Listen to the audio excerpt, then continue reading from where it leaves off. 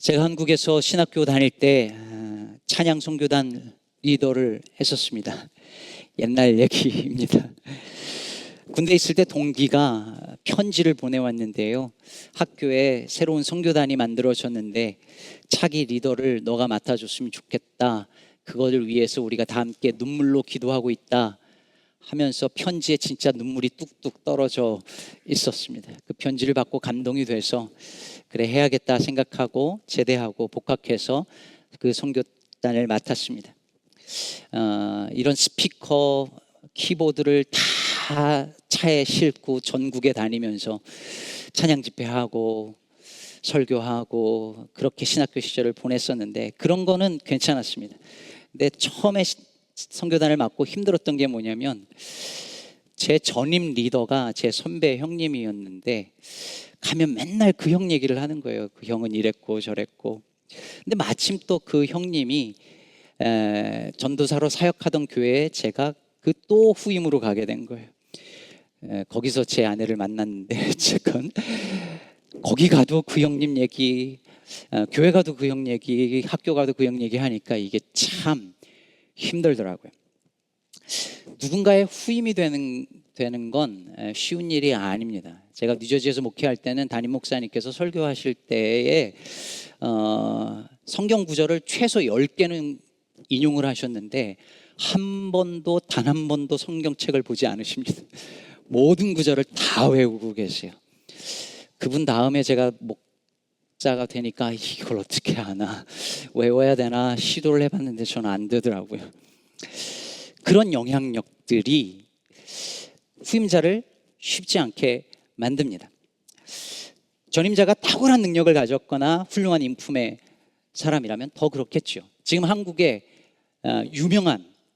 유명하지 않은 교회도 그렇겠지만 대부분의 유명한 큰 교회들의 대부분의 가진 문제 중에 하나가 뭐냐면 후임자를 구하지 못하는 문제입니다. 그 전임자의 카리스마와 영향력을 이어갈 사람이 없기 때문이죠. 사실은 있는데 그분의 영향이 너무 크다 보니 결국은 견디지 못해 사임하거나 강제로 사임당하는 일들이 일어나고 있습니다. 그러고 보면 솔로몬의 뒤를 이어서 왕이 된 르호보암은 얼마나 부담스러웠을까요? 솔로몬이 어떤 사람이에요? 다윗 왕조를 성공적으로 받아서 정말로 나라를 부강하게 평화롭게 만든 그런 인물입니다. 강력한 중앙 집권적인 통치를 이끌어냈죠. 더군다나 성전을 만들었습니다.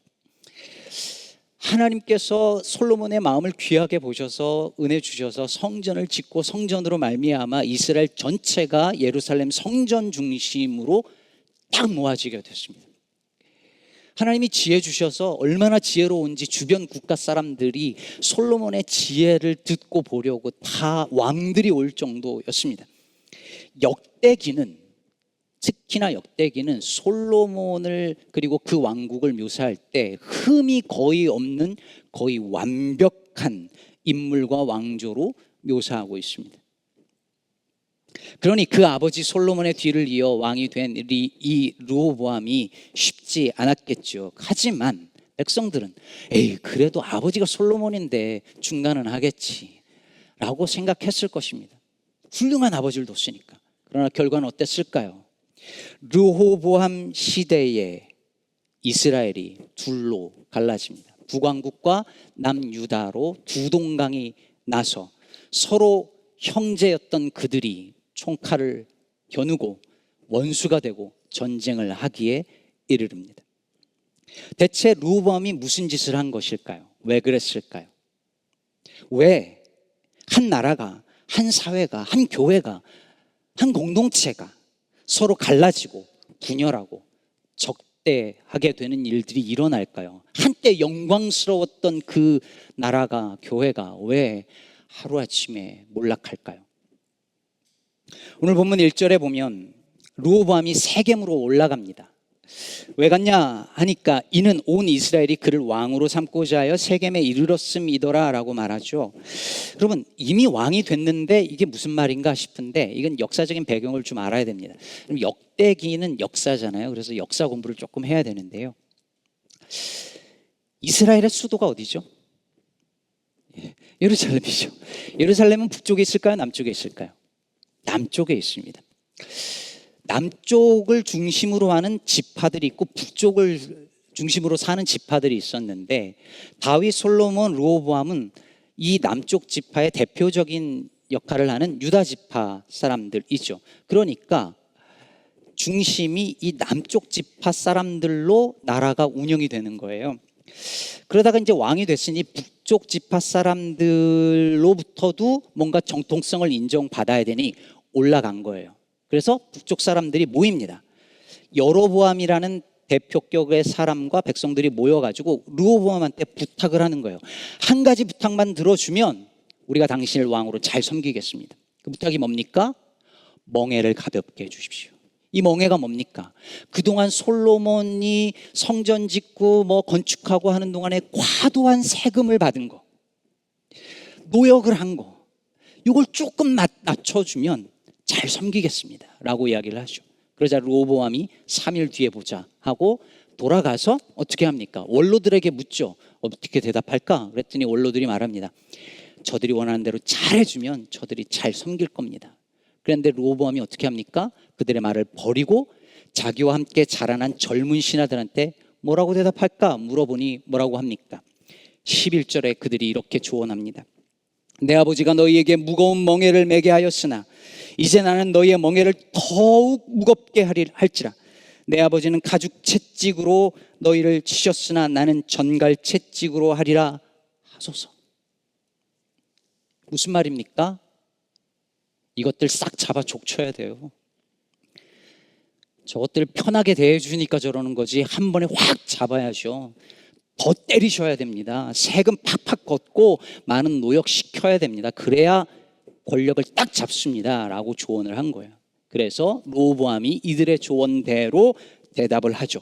그러자 북쪽 지파 사람들이 여로보암을 중심으로 해서 떨어져 나가서 독립적인 왕조를 새로 만들고 그게 북이스라엘이 되는 겁니다.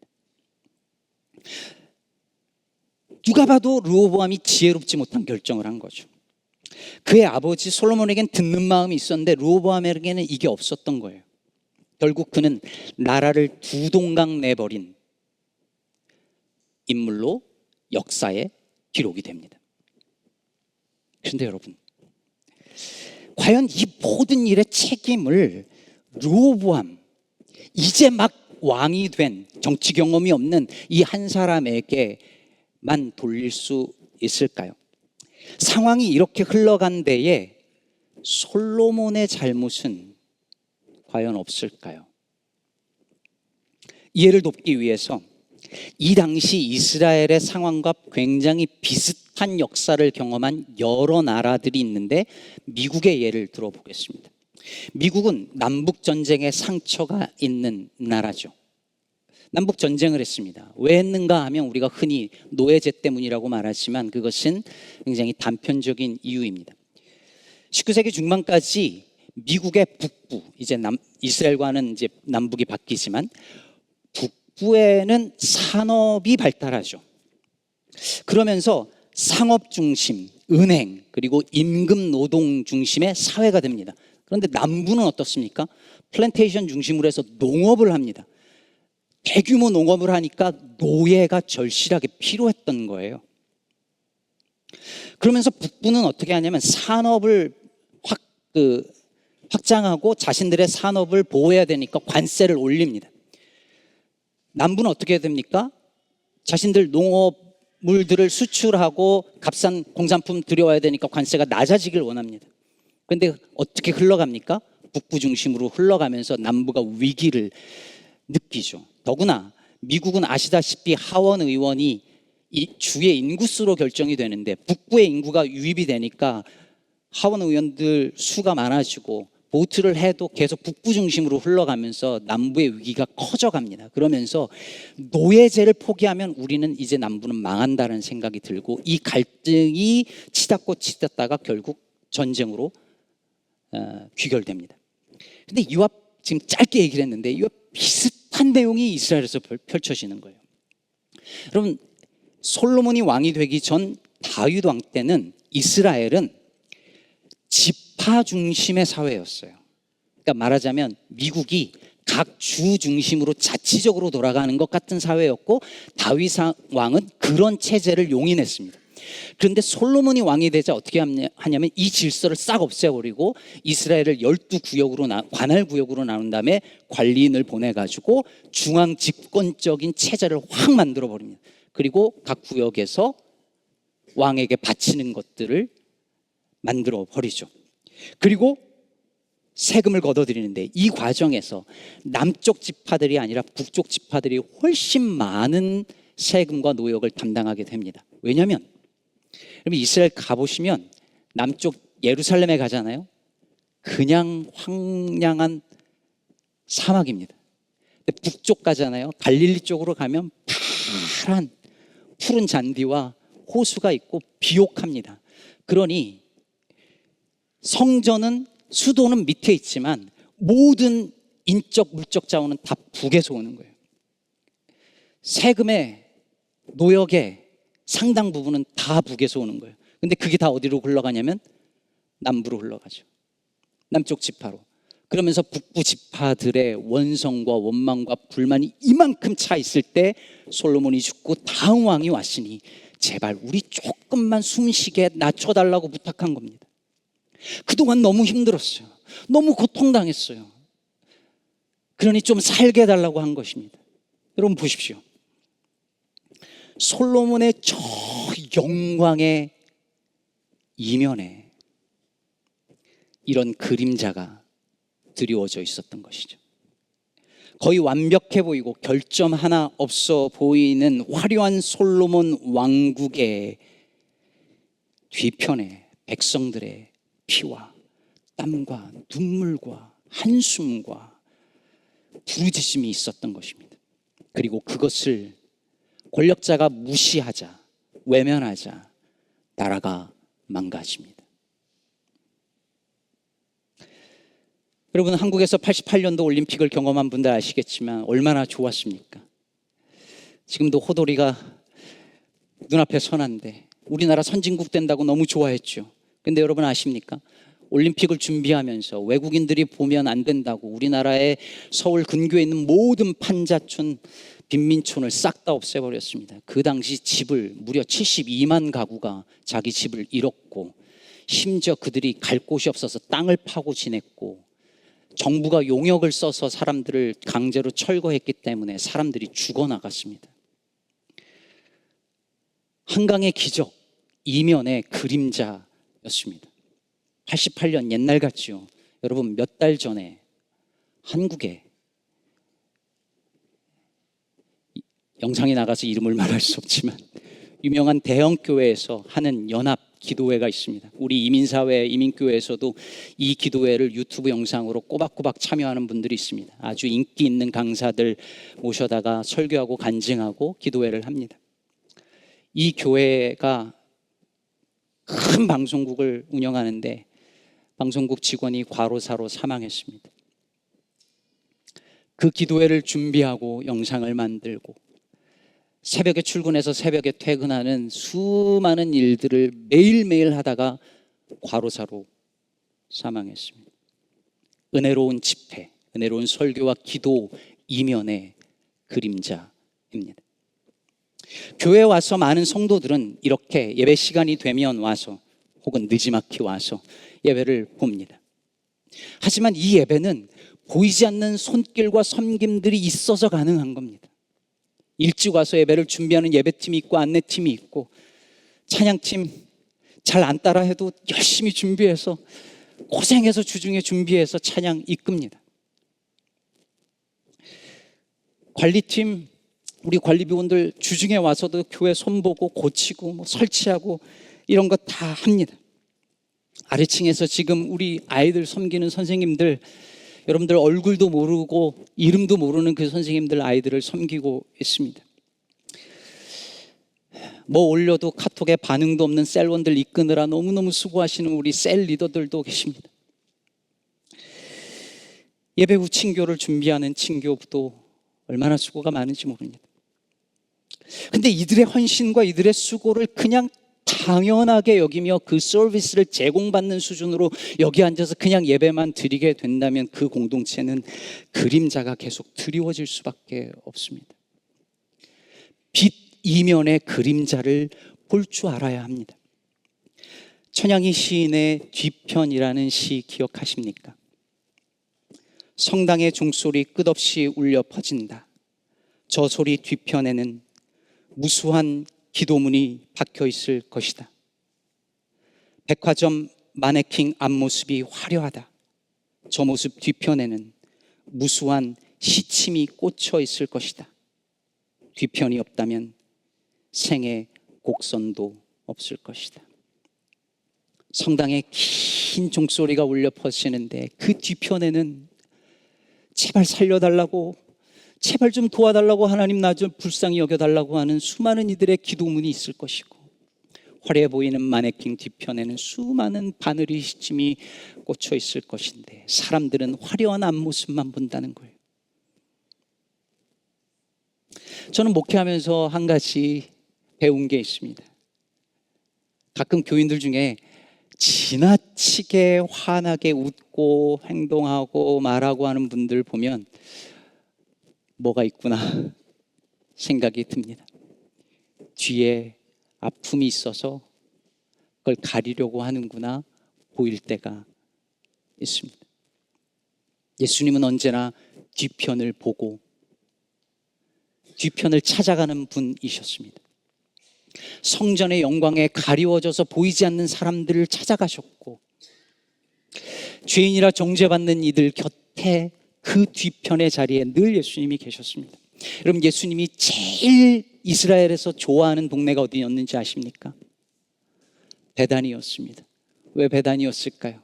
베다니는 옛날 서울 근교에 시카고 다운타운 그 남부 쪽에 있는 것처럼 예루살렘 성전이 있는 예루살렘 수도 바로 옆에 가난한 자들이 모여 사는 동네였습니다. 마리아와 마르다와 나사로도 거기 있었죠. 예수님은 언제나 거기 계셨는데 우리는 어떨까요?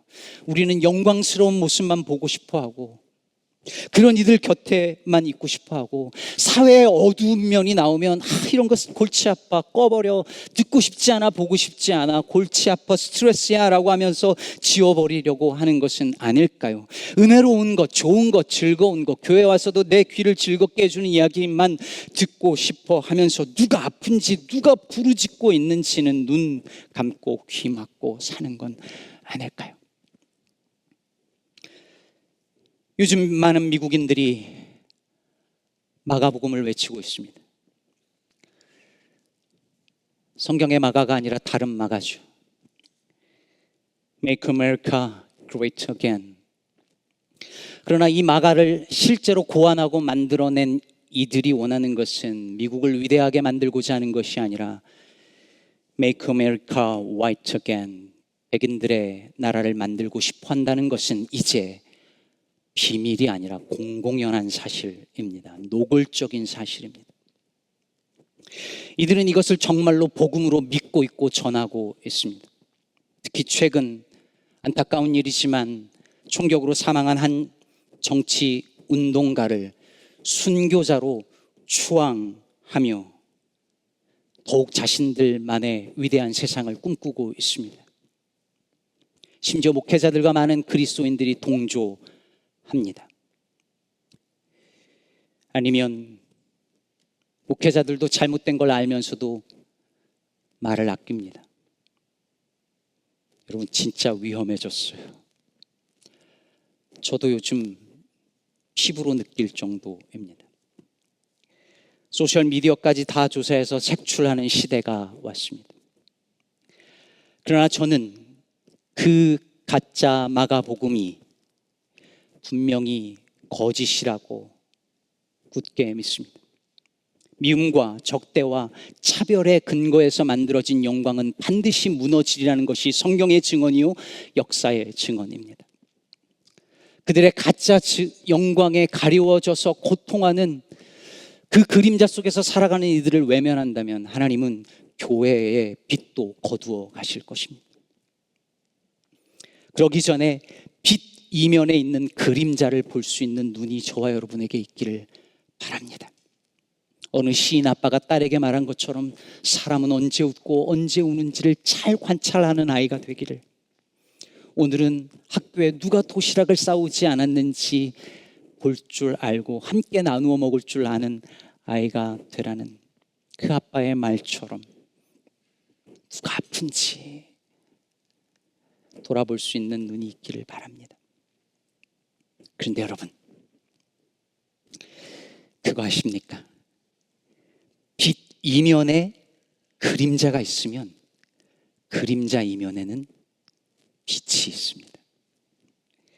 그 빛이 오늘 말씀 속에 보여요.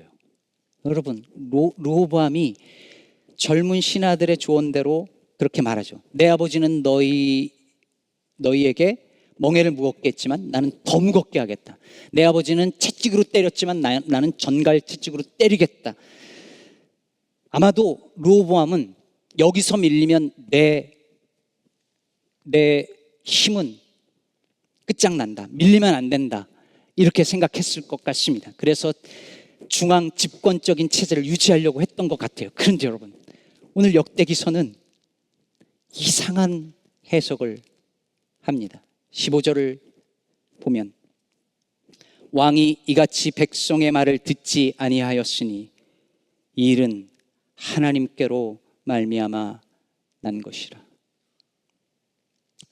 르호보암이 이렇게 한 것은 하나님께로부터 난 것이라. 이상하죠? 하나님이 그러신 거야? 근데 여러분, 이것은 성경에서 자주 등장하는 유대인들의 신앙 고백적인 해석입니다. 바로 왕을 강팍하게 하사 이스라엘 백성을 내보내지 않게 한 것은 하나님이 그러셨다는 거예요. 왜 이런 말을 하냐면 유대인들은 늘 언제나 모든 일의 배후에 하나님이 계시다고 믿는 거예요.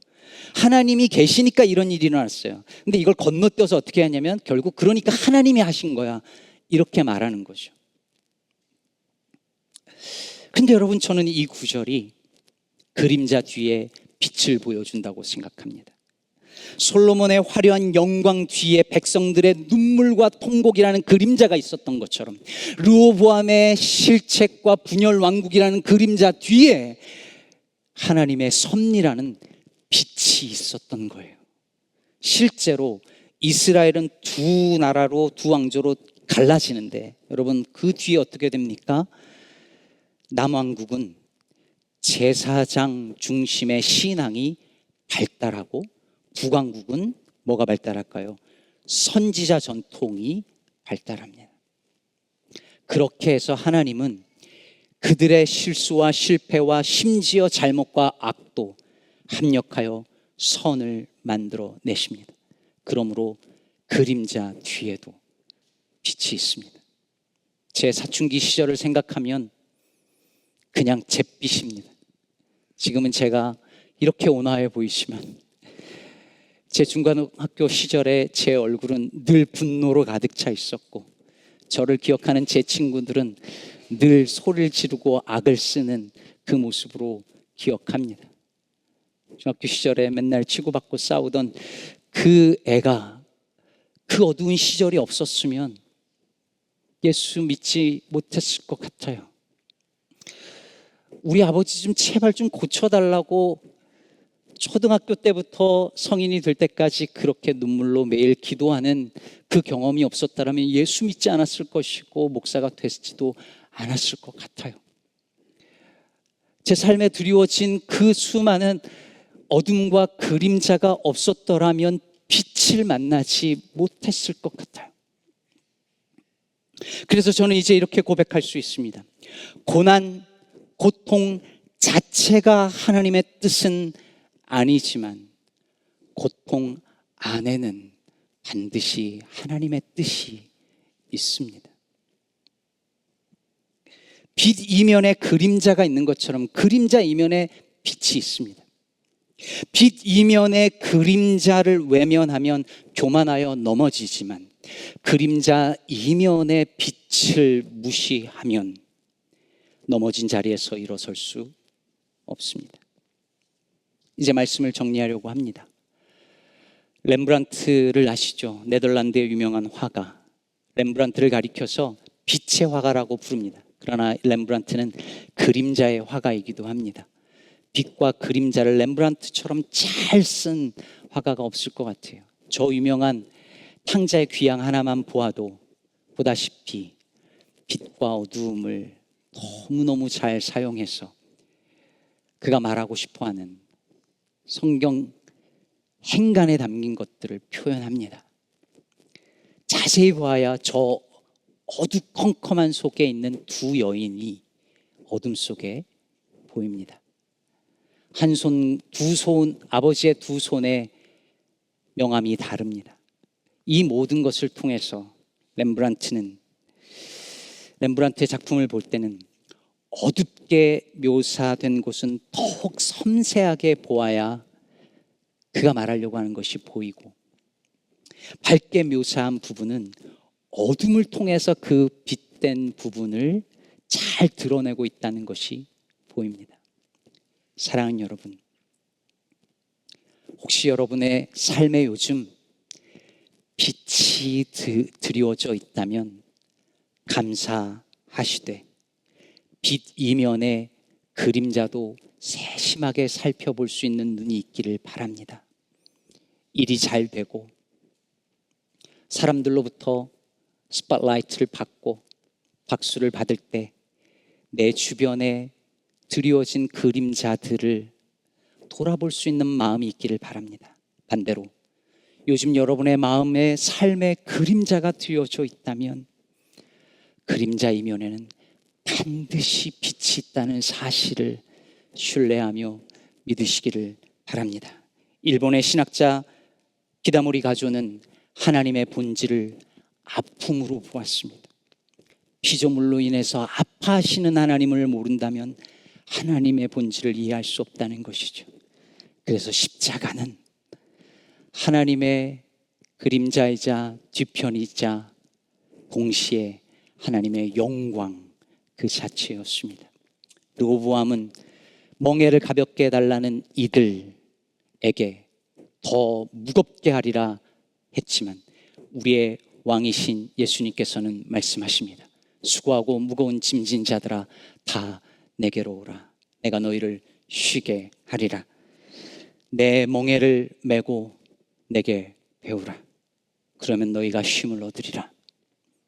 이는 내 멍에는 쉽고 내 짐은 가벼움이니라.